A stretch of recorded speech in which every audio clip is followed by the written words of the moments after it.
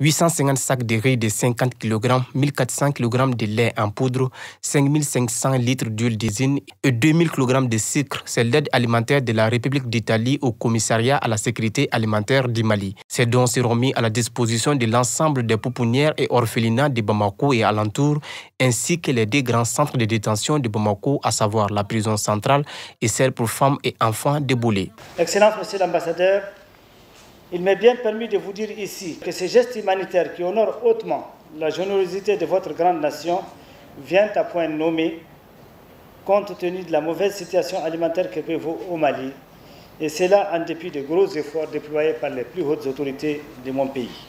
Au-delà de ces bienfaits humanitaires, cette donation magnifie hautement l'amitié et la solidarité du gouvernement de la République d'Italie vis-à-vis du gouvernement et du peuple de la République du Mali. Cette bonne dynamique de la relation diplomatique entre les deux pays a été matérialisée l'année dernière par l'ouverture de l'ambassade de la République d'Italie à Bamako. Le pays compte désormais diversifier ses relations avec le Mali. J'espère qu'avec ce qu'on est en train de faire pour amener aussi des entrepreneurs italiens dans le secteur agriculture ici au Mali, développer des relations de plus en plus importantes, si que les produits maliens trouvent dans l'Italie les points d'entrée dans les marchés de 27 pays de l'Union européenne. Ça veut dire 500 millions de consommateurs riches.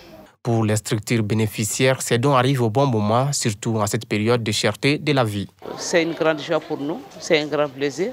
Et c'est un accompagnement pour la gestion du quotidien au niveau du centre. Comme on vient de le dire, la question alimentaire pose d'énormes difficultés ces dernières années. Donc quand la sécurité alimentaire avec ses partenaires font cette donation, on ne peut que s'en réjouir. Les structures bénéficiaires ont tous reçu à la fin de la cérémonie leur décision d'allocation. Pour rappel, plus de 4,8 millions de personnes au Mali sont menacées en cette année 2022 par l'insécurité alimentaire, selon les chiffres du commissariat à la sécurité alimentaire.